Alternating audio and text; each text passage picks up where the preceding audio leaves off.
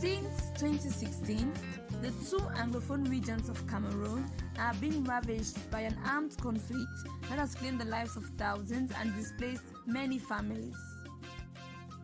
The villages of Mambanda and Barombi, Kang, located in Kumba 3 subdivision of the southwest region of the nation, are not exempted from the devastating effects of a war now known as the Anglophone crisis. Quarter head Mambanda Kumba 3. The crisis have affected the youth, especially here in Mambanda. I cannot say elsewhere because boys now they smoke and they drink. When they drink like that, at times they go inside bushes to be raping women and girls. When we run for bush, they shoot away from one car, they don't burn our house. We don't get a place where we enter again. We go back for bush. As we don't stay for bush to cool, place where we stay, or rain, now for that we can't enter for the camp. The impact of this armed conflict is horrific, from loss of lives and obstruction of the family units. Plenty of women picking they don't carry belly, they know they go school again. So with them, I mean them too, they take and she not they picking them too. In the past week, we not fit to feed that one day. The one they trade they be born now. We not see fit to feed that. So now, how they don't born with villages there? We don't count for the IDP camp when a government camp. Government never drive for here, so don't shind up for here. When I see some see place all this day.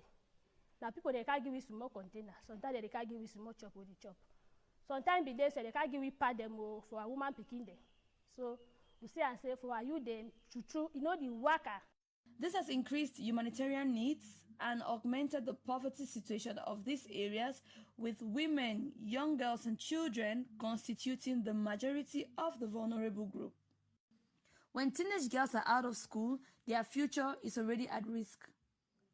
They become a tool for their families to relieve their financial tension through early marriages or engaging them in menial jobs just to make ends meet. With no income-generating skill, they are likely to engage in prostitution and survival sex for food, further exposing them to GBV, early pregnancies, rape, and other ills. The burden of a pregnant teenage mother is even heavier to bear. She is now tasked with assisting her family with their basic needs, taking care of herself and the new life she's bringing into the world, leaving her trapped in the cycle of poverty. Life as an internally displaced young girl or teenage mother is very burdensome. The challenges are not only limited to difficulties that spring up from settling down in a new environment. It is accompanied by inability to afford balanced meals, education, a conducive living environment, all sponsored by lack of a source of income. The crisis, we don't get money for go school, I never go school today. Now we can't follow some boy. They go to give me some money for chop for us. When I that, so I follow I give me belly nine day one. This is where an initiative like the Grow Project comes in.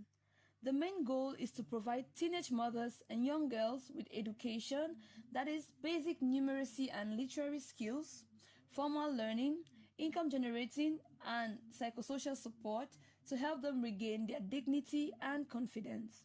When the project is given to especially these IDPs who are here in Mambanda, it will help them much. Those who are dropped out, they will learn a certain trade to help themselves and the family.